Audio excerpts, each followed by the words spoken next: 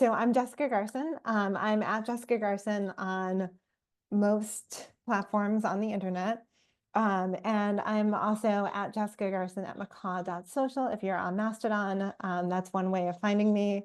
And I'm a senior developer advocate at Elastic, which means I spend a lot of time speaking at conferences and meetups such as this one and getting to know the community and building demos and things like that. So yeah, really excited to be here and really excited to be presenting to you all today. And I did see that a chat came in, but cool. It was Uli saying to subscribe to our newsletter. Great. And now I've actually figured out some how to get my chat to be more visible. So that's exciting. But yeah, really excited to be here. And all of my slides and code that I'll be sharing tonight are actually available on GitHub as well. So if you go to my GitHub/synthetic monitoring unpacked, you can find all of the slides. Everything that I'll be sharing tonight is available there as well. So I'm going to start this off the way that I typically start off local meetups. I typically run our New York meetups with Uli, but Uli asked me if I would cover this one, and I was like, yeah, I love Vancouver. I used to live in Bellingham, actually, once upon a time, which is not too far from Vancouver. And every time I run one of these meetups, everyone's like, so what's new with Elastic? What's going on? Tell me about the latest and greatest thing. So I'm experimenting with adding this to my slides so I don't have to keep saying the same thing over and over and over again. One of the things that we're really excited about is as of about a month ago, 8.15 is out. And the feature of that I am, and it's actually 8.15.2 now. But the feature that I'm the most excited about with that is semantic text. This makes RAG development much easier with simplified mapping, type, and automatic chunking. So previously in 8.14, you would have to write a query that looked like this with lots of different, things like you'd have to say the K, the field, the number of candidates, the query, the query vector builder, all of that. And it was a little bit complicated. Now that's a lot more simplified in 8.15. So it's a lot easier to build RAG applications, which is really exciting. There's also a lot of other new features. I think I'm most excited about the enhanced OpenTelemetry integration with Elastic Cloud, which has simplified log collection and host health monitoring, which is really exciting to me. I've been diving a lot deeper into the observability side of things, as we're going to be talking about tonight, and I found that feature really exciting as well. And so if you want to learn more about 8.15, there's some links, and I'll drop them in the chat as well too in a bit. But yeah, if you want to learn more, you can check out our blog on what's new with 8.15.0. And my colleague David from my team wrote a Discuss post about what's new with Elastic 8.15 when it first launched. So yeah, let's talk about tonight's talk, from testing to observing synthetic monitoring unpacked. So anybody want to type into the chat what testing is? Anybody? How many people have worked with testing? If you're, you can raise your hand. I think there's a virtual way to raise your hand. Well, I have. I've worked with testing a lot. So testing in software development allows us to examine individual functions or methods and ensure that they behave as expected under various conditions.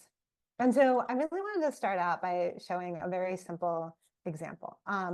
For most of this talk, we're going to be looking at JavaScript code, which is really fun. I typically work in Python, so I get really excited when I get to show JavaScript code for a change. And so I'm about to show a very simple example of testing. And one of my favorite frameworks for testing in JavaScript is a library called Jest. And it makes testing, particularly unit testing, really simple. So we have this very simple function, which adds A plus B and returns the sum. And we can actually pull that in using the Jest testing framework. And so from here, what we can do is we can test if we add 1 plus 1, we want it to equal 3, and we expect the sum of 1 plus 2 to be 3. And so that's just one type of testing, that is unit testing. But we can actually extend this a little bit further. So there is now end-to-end testing or E2E testing, which for a while I did not know that E2E testing stood for end-to-end testing, but I do know that now. And end-to-end testing checks an entire application from beginning to end, and it mimics fundamental user interactions and data, verifying that the system performs as intended, covering the complete flow of an application. And this is different from unit testing, which is what we just showed, because this actually shows both the front end and the back end. So similar to how you would want to in unit testing test particular functions, you can actually use tools like Playwright or Cypress to test particular parts of your application. So Playwright is one tool that we'll be talking about today. And this is a sample test from their website. I actually pulled it straight from their documentation. And for this, you can actually import test and expect from Playwright test. And we're going to be checking to see if it has a title. And the title that's checking to see is if it's Playwright. So we basically look and see if it contains the substring Playwright. And then from here, we actually look at that same web page and we look to see if it has a getting started link.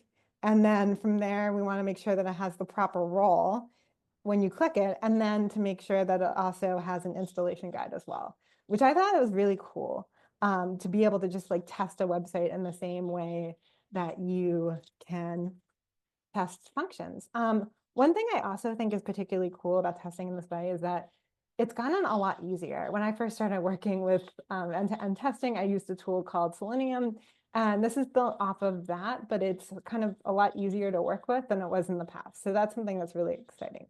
So synthetic monitoring kind of takes those same concepts and builds upon them. So this is the first kitty of the presentation. There'll be a couple more that you will see. None of these are my kitties. People always ask me that. And you might be wondering, what is synthetic monitoring? So synthetic monitoring allows you to track user pathways using global testing infrastructure, emulating the full user path, and it allows you to gauge the influence of web applications. And so really, it also has browser tests that let you measure your web performance, but we also bucket in heartbeat monitors to verify the availability of backend services. And so in a full end-to-end application architecture, you can actually test both the front end and the back end. And it provides comprehensive insights into your website's performance, functionality, and availability from development to production. And what I think is really cool about this is that it allows you to identify and resolve issues before they impact and affect your customers. So you might be wondering, so how does synthetic monitoring relate to testing? And this is actually something I think is really cool. Both testing and synthetic monitoring, they both emulate the user path. So this tooling can be used to build tests that can also provide production monitoring in web applications. And testing is really cool because you can check many different functions that may impact your user's experience with your application. So with synthetic monitoring, it mimics potential user behavior as they would engage with your application, and you could determine how it's working. And one thing that's particularly cool about it is that it allows you to kind of create a simulation of customer behavior, and it arms you with the information that you need just to make sure that your application is performing exactly as you expect it to, and that it's impacting the users in the way that you're expecting it to. I also had another conversation recently with my colleague Carly that I thought was really cool about another benefit of using synthetic monitoring in this way, which is communication. So the communication and common effort when using the same tooling is something that I think is really awesome. And so Carly was saying that she's found that developers and like QA testers who are writing end-to-end tests in one tool, and SREs who are writing production support using monitors in another tool, it's great to have them actually use the same tool and test, just because it creates a common language and it allows for people to kind of communicate in the same way, which I thought was like a really cool way of looking at it. I was like, oh, that is really cool. That's awesome. So I built this really, really simple application. And it is a toy app that emulates a web store. Um, and we can actually go and take a look at it. So it's this demo store-iv.versal.app, and it is a fake store. So you can click on this buy button and it turns pink and it says added to cart. And I built this just to monitor it. And then I had a set of pens in here. And then I have the plush elk, which is our mascot that we often give out at meetups such as this one. And I created some fake prices. And so, yeah, this is a fake web application, but it does exist on the internet. So you can actually take a look. I'll share the link in the chat real quick. And yeah, if you want to check out the code, you can actually check it out on my GitHub, Jessica Garson Demo Store, and I can actually drop in that in here too if you want to see how I built it. But I built it with Vercel. It's a very, very simple store. You can't actually buy anything. It just adds things to a cart. But it is kind of a simulation of a website that you would build. So I built it to monitor it. So this page that I'm showing a picture of is basically the main kind of entry point for synthetic monitoring. So for the rest of this presentation, we're actually going to focus on 3 different monitors. One is this lightweight demo store. The other monitor is this recorded journey demo and the simplified test for the demo store as well. So we can actually take a look at what this looks like inside of Kibana. So if we go to synthetics and monitors, I'm going to close that. We can actually get to this page. And actually, can you see that? No, you cannot see that. Or can you? Yeah. Can everybody still see my screen? Okay, cool. Thumbs up? Okay, cool. Great. I had a moment where I thought that you all couldn't see my screen, but I think you can. So cool. So from here is kind of, there's 3 monitors that we'll be focusing on today, and they're really cool. They turn red if they're not healthy or if they're down, and they're green if they are healthy. So right now everything's healthy, which is cool. So yeah, let's actually go back in here. And when they go down too, you can get an alert right away. So last week I was doing some work on making my site a little bit more testable to illustrate my point a little bit better. And I took down the site for a second, and I immediately got an alert that was like, hey, your demo site, it's no longer up. It's down. And that was really helpful. It caught it before we really had much of a chance. So if you're looking to get started, how many people here use JavaScript?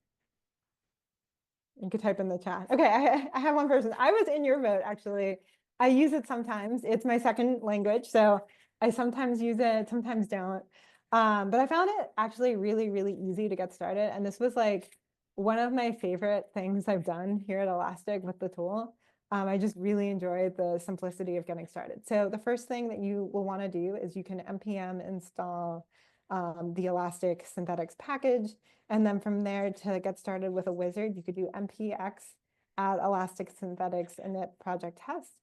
And it walks you through kind of everything you need to get started creating synthetic monitors. So from here, it will tell you that I changed 144 packages in 3 seconds. And then it basically walks me through everything that I need. So I can type in something like live demo, or like the default, I think, is like project test or something like that. And then from there, you can actually enter in your Kibana URL or your cloud ID. From there, you're going to also want to enter in your API key, and then you can select the locations where you want to run monitors.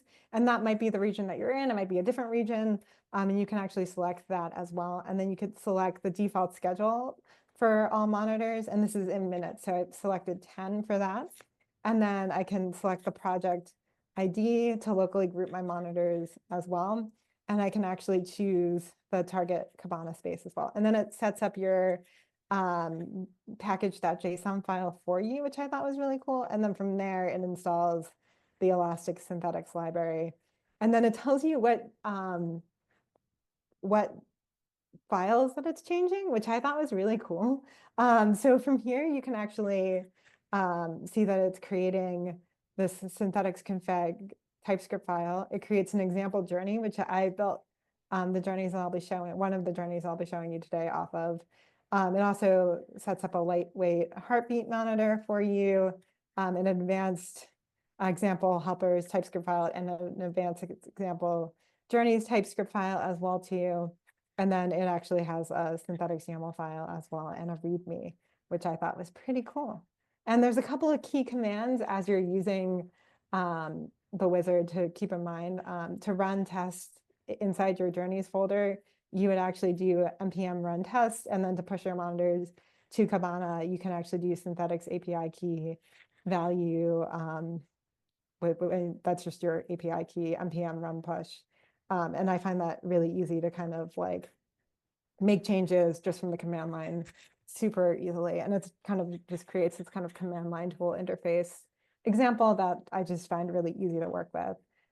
So yeah, let me show you what the code looks like. So project test is what it's called if you just let it do the default. And so from here, I have 2 example journeys in here. And this example journey, I actually built off of the example that was bootstrapped with. I just looked at it and I was like, okay, cool, I know how to do that. And I kind of built from there. And then I'll show the recorded journey later on. And then one of the first monitors that we'll show today is the heartbeat monitor as well. So this is what the structure should look like. And I actually kind of kept everything. You can see the README is the getting started README and everything. I just kind of took everything from the command line interface tool and just kind of used it to kind of bootstrap creating code that way. And I actually found it really easy to work with. I only use JavaScript occasionally, so being able to be walked through each step of the process, I found really, really fun and really helpful. And I was able to get something up and running pretty quickly because of that. So the first monitor that I created was a heartbeat monitor. And a heartbeat is a lightweight daemon that you install on a remote server to periodically check the status of services and determine if they're available or not. And so this is just some YAML, and I found it really easy to kind of like set it up as an HTTP. And the name is lightweight demo store. The ID is demo store lightweight. It's enabled and it runs every 3 minutes, and there's a 16-second timeout.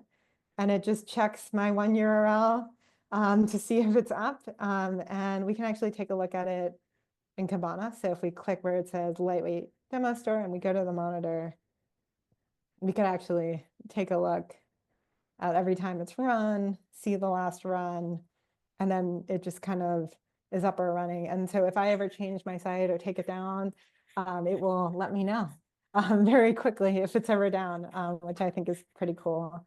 So yeah, I found that really helpful to kind of start working with. And I was able to create my first monitor like really, really quickly, just because I kind of replaced what was already in there bootstrap for me. I kind of just took it, replaced it, and got it going from there. So Elastic Synthetics works with Playwright, and Playwright is a testing library that I showed earlier. And Elastic uses Playwright as its underlying technology to control browser behavior and automate testing tests. And scripts are written in this manner that incorporates Playwright functions. And so because I've used Playwright before, I was like, okay, cool, I got this.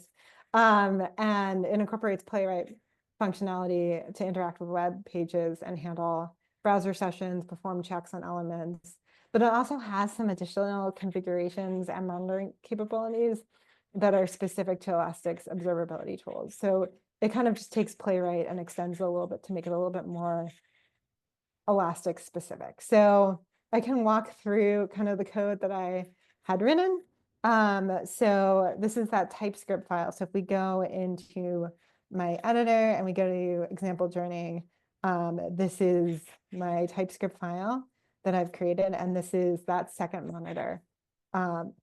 So this is really fun.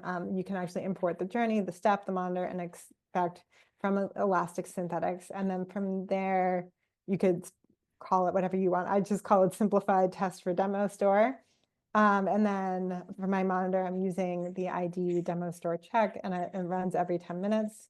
And the first step is that it launches an application and it goes to the URL. And then from there, it checks to see there's this like loading text that appears while the page is loading. And so it checks to see if that's visible.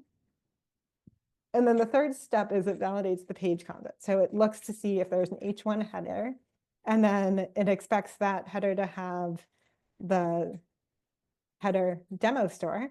And then it also takes a look at the test by ID and the product card, and it expects the first product card to be visible. And then it also expects the buy button to be visible as well.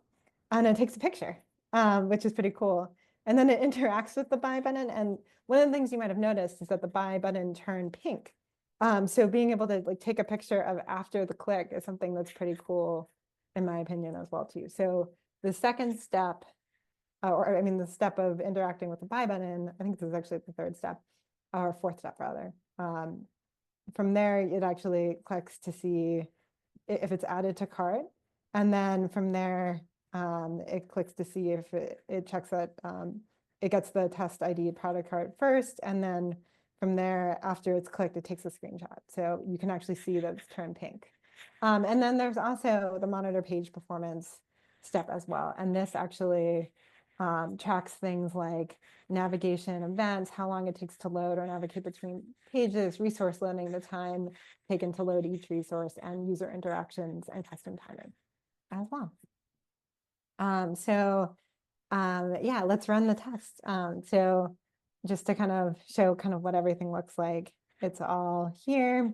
And then if we want to go into the monitors, and we can actually go to synthetics from here. And then if we want to click where it says simplified test for demo store, and if we want to go to our monitor and click where it says run test manually, it takes a second to load, but you'll get to see each step as it's running. And before we get there, we can actually take a look at like what's in the monitor here. So we can actually see that we're hitting this demo store /iv.versal.app.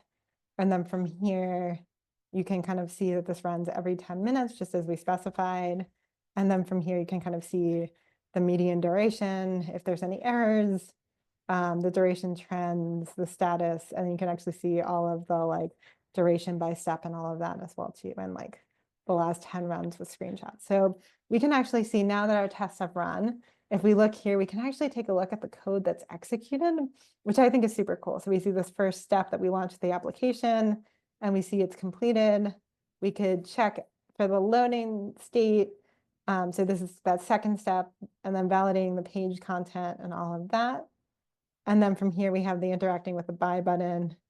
And then once it clicks the buy button, the screenshot has that pink overlay on it. And then from here, we can actually see the code that gets executed, and for each of those steps, which I think is pretty cool. And you can also take a look at the logs and things like that too. Cool. So now let's go back to there. And so, yeah, we took a look at the monitor for that. And there's another option. So I actually, the first time that I did this, I talked to my colleague, Alex, and I was like, oh yeah, I wrote all this code. And he was like, you could have just generated it. And I was like, wait, what? Like you could just generate the code? Like what do you mean? So we have this thing called the synthetics recorder. And I'm actually gonna stop sharing my screen for a second, just because I realized that I was only sharing a window and I need to share my full screen. So hold on one second. You might see yourselves for a second. Cool. So from here, we can actually click on this elastic synthetics recorder. And I actually have some code from a rehearsal, but we can actually click where it says start over. And elastic synthetics recorder allows us to kind of record our journey. So we can actually take this and just start clicking on our website and use that to create the test. So we can click on each of these things, and I could click on this plush elk or elastic elk and click here, click where it says demo store, click where it says home. And then from here, if I go into the synthetics recorder, I could press stop to stop recording, and I could see all of the different steps, and I can edit it as well. And then from here, if I click where it says export and I export it as a project, I can actually save that, or just cut and paste it and save it in my code editor.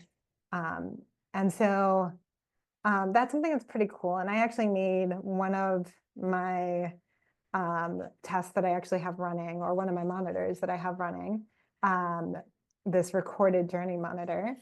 So I actually have that right here, and I actually just created it by recording it.